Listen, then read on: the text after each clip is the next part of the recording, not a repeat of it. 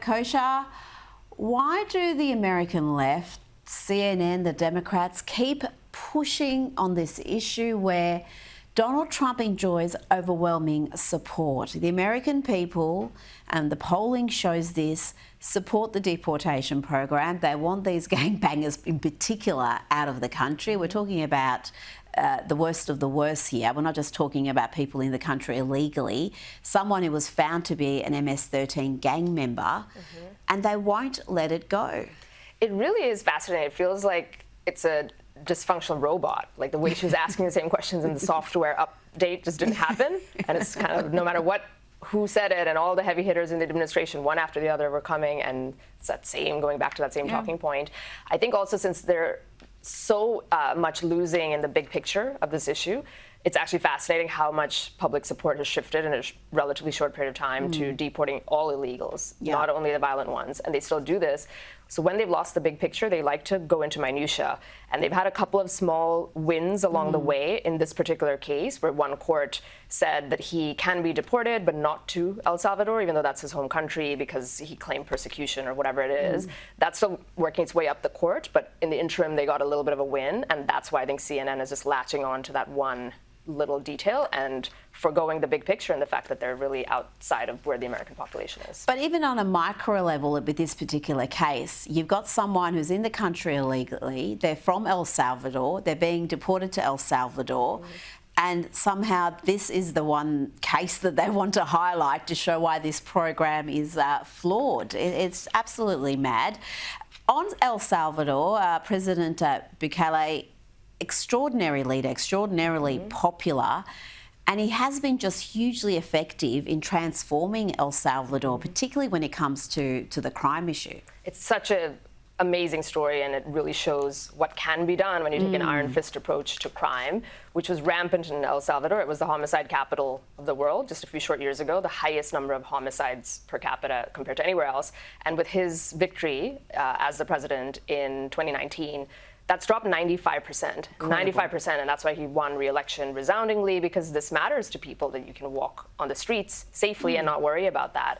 And now he's also turned it into, I think, one of their largest exports, where he's running the prison cell so well, and it's this real hardcore prison that sends a message, and it's a massive deterrent to criminals, that now people are sending their own criminals to him because they've become experts at reducing crime and punishing criminals. The stats are incredible. To go from one of the most dangerous places in the world to one of the safest, I think it's one of the safest in that region, or the safest, it's again, huge achievement.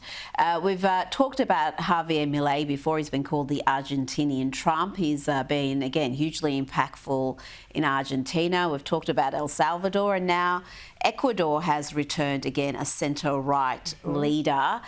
There seems to be a bit of a right-wing resurgence in South America, Kosha. For sure. I think, we've seen shades of it, of course, in Europe, which we've discussed for related and in some cases different reasons, and then in Latin America it's the same thing, the economy and cost of living and all of that, but on top of that, crime, because some of those countries are very, very crime-ridden, as we've just discussed. And so you run on those common sense platforms that we're going to take an iron fist approach to criminality, we're going to prosecute and hold people accountable to the fullest extent of the law, we're going to have sensible, logical economic policy, we're going to have a sensible, foreign policy in terms of how we partner with the US and so on and so forth. You're going to win, and he did.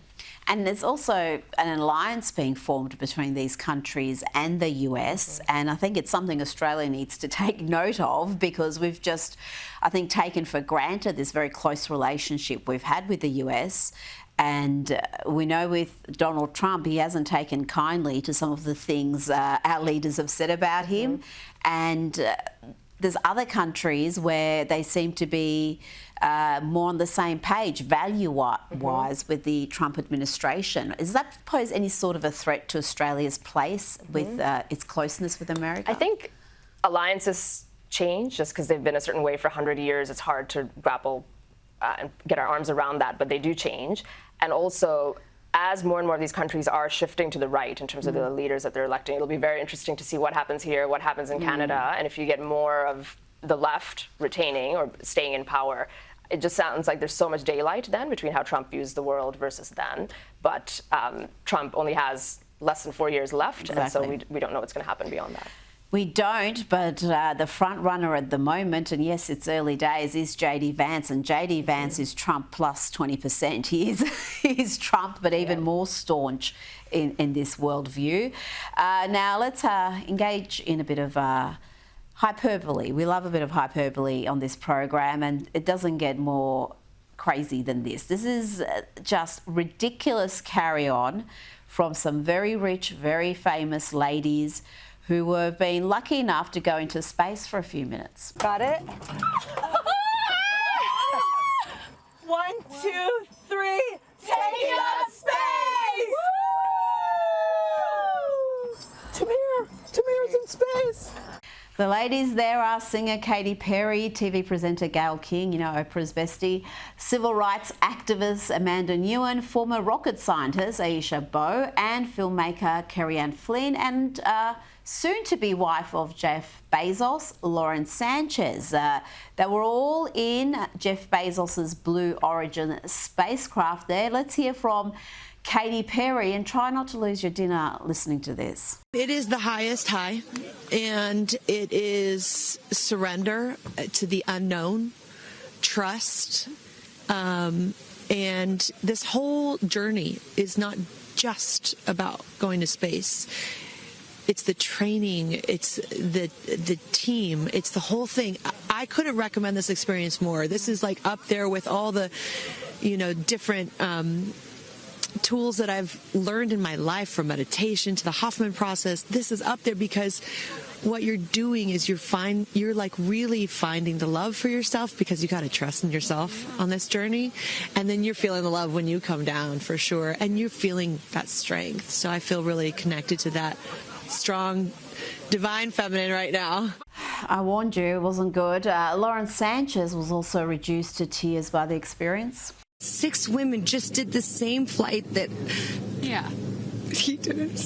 Oh, I just want to keep hugging you. It's really cool. Yeah. And I hope that more people get to see this, because I feel, I don't even know how much it's going to change me. Kosha, am I being too jaded here? But I can't find inspiration in this. You've got some very rich, famous women who were selected because they're rich and famous, not because they've got any understanding of science or space or any particular passion for it. And we're supposed to be uplifted by this. I think this is just so completely unrelatable to the average person.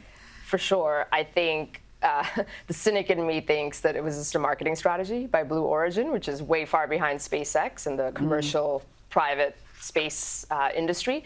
And this is a way to get a lot of media and attention and hype, putting famous people with perfect hair like up in space for 2 minutes in that zero gravity environment. They are melodramatic. I think back to Neil Armstrong and Buzz Aldrin and the types of interviews they would have given back in the 60s after they accomplished what they did, and it would be much more understated than Katy Perry's. The astronauts who were just rescued by SpaceX after, 8-9 months in space, when they were supposed to be only there for about a week, they had less carry-on than what we just saw there. It looks like they've cured cancer. So much more gracious. And also, I think it's a reflection of celebrity culture, where it's so much navel-gazing and narcissism, where it was about, her and Katy Perry's meditation and her inner love and all that, as opposed to thanking the engineers at Blue Origin. That might be more appropriate. Exactly. A lot of unearned privilege on display there. Before you go, I'm interested on your take on the meeting President Trump had with Bill Maher, one of his biggest haters. He invited him for dinner. Let's hear what happened and why Bill Maher is now being called a traitor by many on the left. Okay, as you know, 12 days ago I had dinner with President Trump, a dinner that was set up by my friend Kid Rock, because we share a belief that there's got to be something better than hurling insults from 3,000 miles away. I know as I say that, millions of liberal sphincters just tightened. Oh my God, Bill, are you going to say something nice about him? What I'm going to do is report exactly what happened. You decide what you think about it. And if that's not enough pure Trump hate for you, I don't give a Now, does Trump want respect? Of course, who doesn't? My friend said to me, what are you going to wear to the White House? I said, I don't know, but I'm not going to dress like Zelensky, I'll tell you that. I've had so many conversations with prominent people who are much less connected, people who don't look you in the eye, People who don't really listen because they just want to get to their next thing.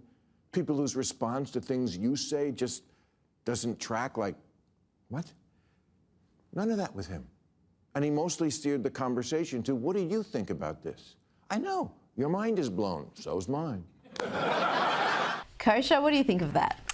This is a cultural milestone in the arc of Trump. He went from being a very popular person, rap songs and movie cameos, to cultural kryptonite, orange man, bad Hitler reincarnate, and now to this. It really is just such a roller coaster and a full circle, I think, for him, and it's a watershed moment in the culture. And we saw that with the UFC again on the weekend, where it wasn't just the UFC fighters who were flocking to him. There was gridiron players. Shaq and O'Neal made a point of going and shaking his hand. So yeah, there is this shift happening. Kosha Gator, thank you so much for your time. Pleasure.